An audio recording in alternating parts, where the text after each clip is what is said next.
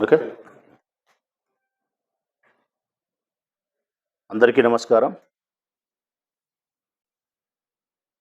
Excise and prohibition డిపార్ట్మెంట్‌కి సంబంధించి నిన్నటి దినం వారి కార్యాలయానికి నేను పోయి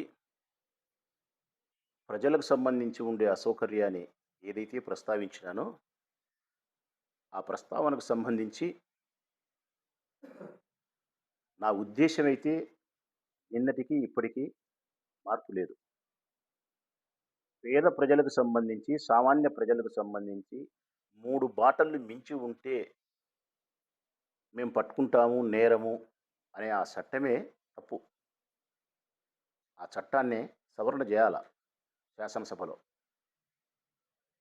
ఎందుకంటే ఇతర రాష్ట్రాలకు సంబంధించిన మద్యం గానీ, ఇతర దేశాలకు సంబంధించిన మద్యం గానీ, బ్లాక్ మార్కెటింగ్ చేసే క్రమములో 3 బాటళ్ళు మించి ఒక మనిషి దగ్గరుంటే నేరమనే చట్టం చేస్తే పర్వాలే.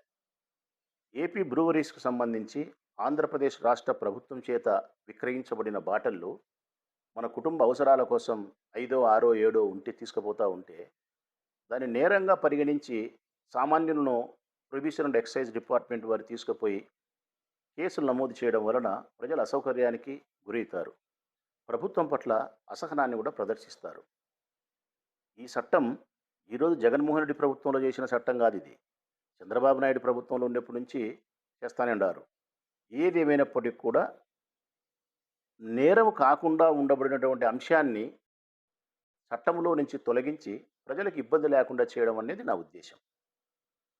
నిన్న నేను పోయినది కూడా ప్రొహిబిషన్ అండ్ ఎక్సైజ్ డిపార్ట్మెంట్ పోయినది కూడా ఒక సామాన్యమైన ప్రజాతనం. కార్యకర్త అని చెప్పినారు టీవీ5 కాదు. ఈ ప్రొద్దుటూరు పట్టణ ప్రజలలో ఒకరు, తొగట కులస్తులు, పేదవాడు.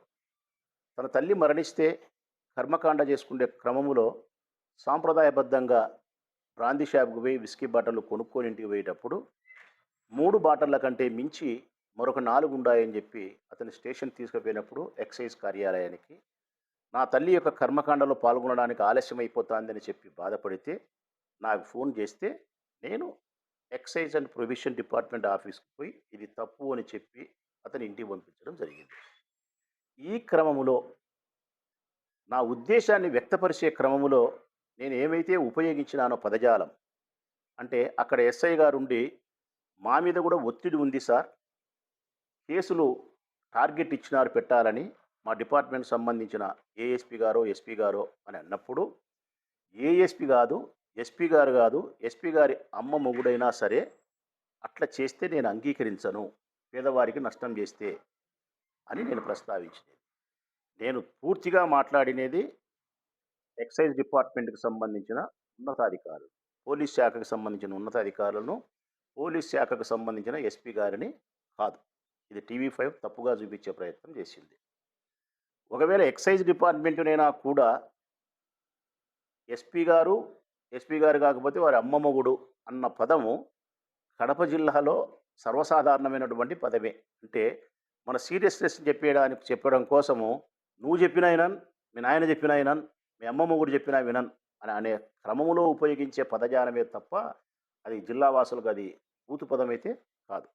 కానీ ఒక ప్రజాప్రతినిధిగా నేను ఆ మాత్రము మాటనైనా గానీ ఆ పదజాలాన్ని ఉపయోగించడం కూడా కరెక్ట్ కాదు. సామాన్యులు ఉపయోగించొచ్చు ఆ పదజాలం. నేను ఉపయోగించకూడదు. బాధ్యత కలిగిన ప్రజా జీవితంలో ఉండబడిన నేను ఉపయోగించకూడదు.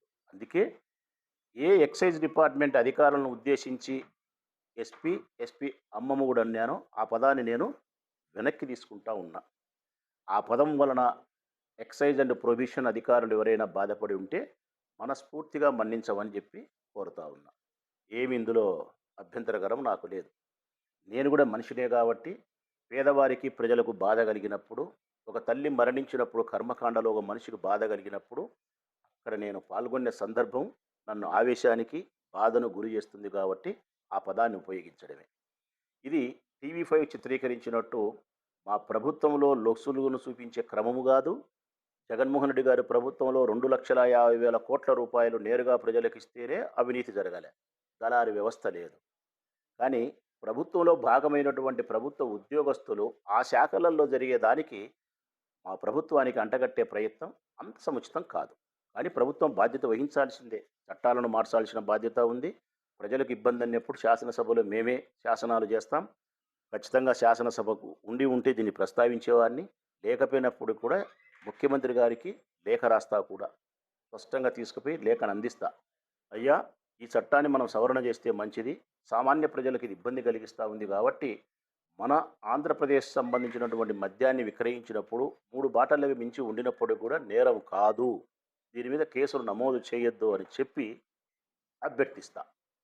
ఇక పోలీస్ శాఖకు సంబంధించి ఈ కడప జిల్లా ఎస్పీ గారు వచ్చిన తర్వాత గానీ, పాత ఎస్పీ గారు అంబురాజన్ గారు గానీ, ఇక్కడ నా ఊర్లో పనిచేసే అధికారులు గానీ, జిల్లాలో పనిచేసే వాళ్ళు గానీ, వీళ్ళందరి మీద రాచమూర్లకు సంపూర్ణమైనటువంటి విశ్వాసం ఉంది. కారణం, ఈ ఎస్పీ గారు కూడా గౌరవ మర్యాదలను ప్రజలకు ఇస్తూ, నిష్పక్షపాతంగా వ్యవహరించడంలోనూ, శాంతి భద్రతలను పరిరక్షించిన విషయంలోనూ ఆయన పట్ల నాకు సంపూర్ణమైన విశ్వాసం ఉంది. సంపూర్ణమైనటువంటి గౌరవం ఉంది. ఎక్కడ కూడా నాకు ఆయన మీద ఆవగింజంత కూడా అనుమానం లేదు. నేను సంబోధించిన మాట కూడా పోలీస్ శాఖకు సంబంధించిన మాటలు కాదు, ఎక్సైజ్ సంబంధించిన మాటలను కూడా అమ్మమ్మగుడు అనే పదాన్ని వెనక్కి తీసుకుంటా ఉన్నా. నా ఉద్దేశం అయితే నిన్నటిది అదే, ఇప్పుడు అదే. పేద ప్రజలకు ఇబ్బంది కలిగించే చట్టాలు సవరణ చేయాల్సిందే, మార్పు జరగాల్సిందే. దీన్ని టీవీ5 వాళ్ళైనా, ఏ5 వాళ్ళైనా, జర్నలిజం ఎప్పుడైనా కానీ ఒక నాయకుడు మాట్లాడినప్పుడు మీరు గమనించాల్సినది నాయకుని యొక్క ఉద్దేశాన్ని మాత్రమే మీరు గమనించాలి. ఆ ఉద్దేశం వెనుక దాగి ఉన్న ప్రజా ప్రయోజనాన్ని మాత్రమే మీరు